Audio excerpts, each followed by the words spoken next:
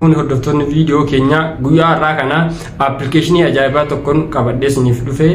Namni tokko bilbila keessanii irratti yommuu isiniif bilbilu iskiriinii bilbila keessanii kana osoo hin tuqin gurra keessanitti qabachuu qofaan appilikeeshinii ittiin isiniif kaasu.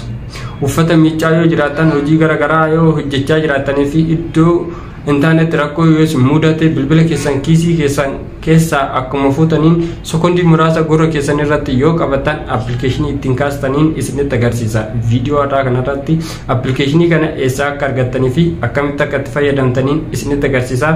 Hamma dhumaatitti na faana tura hordoftoota keenya.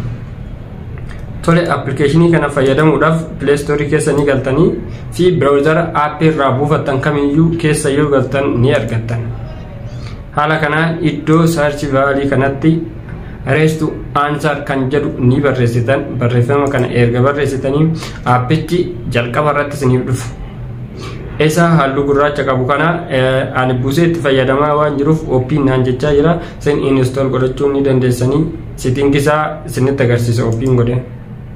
Haala kanaan isiniif banama. Bilbilli kun appiin kun bilbila keessan irratti erga buufattanii isa jalqaba irra jiru kana answer by holding your phone to your ear kan jedhu kana on godhattan bilbila keessan irratti ni bantan. Isa kana isa sadaffaa irra jiru kana ni bantanii vibrate ta'ee qaama keessan akka sochoosu yoo barbaadanis kan dhuma jiru kana ni bantanii setting isirreessitan isa kana qofa.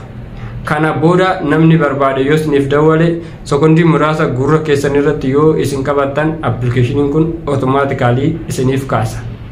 Tole hordoftoota keenya kana qofaa miti appilikeeshinoota hedduudha kan isin barsiisnu chaanaala kanarratti, keessattuu appilikeeshinoota ediitii, viidiyoo ediitingii fi suuraa ediitingii hedduu isin barsiisna. Akkasumas siitingii bilbilaa fi sooftiweeriidhaan garaagaraa kan maallaqaan bitaman akkamitti akka buufachuu dandeessan chaanaala kanarratti isin barsiisna. Karaa feesbuukii, yuutuubii, tiiktokii karaalee kanneen sadeeninis nu argachuu ni dandeessan. Chaanaalli keenya Gammee YouTube jedha.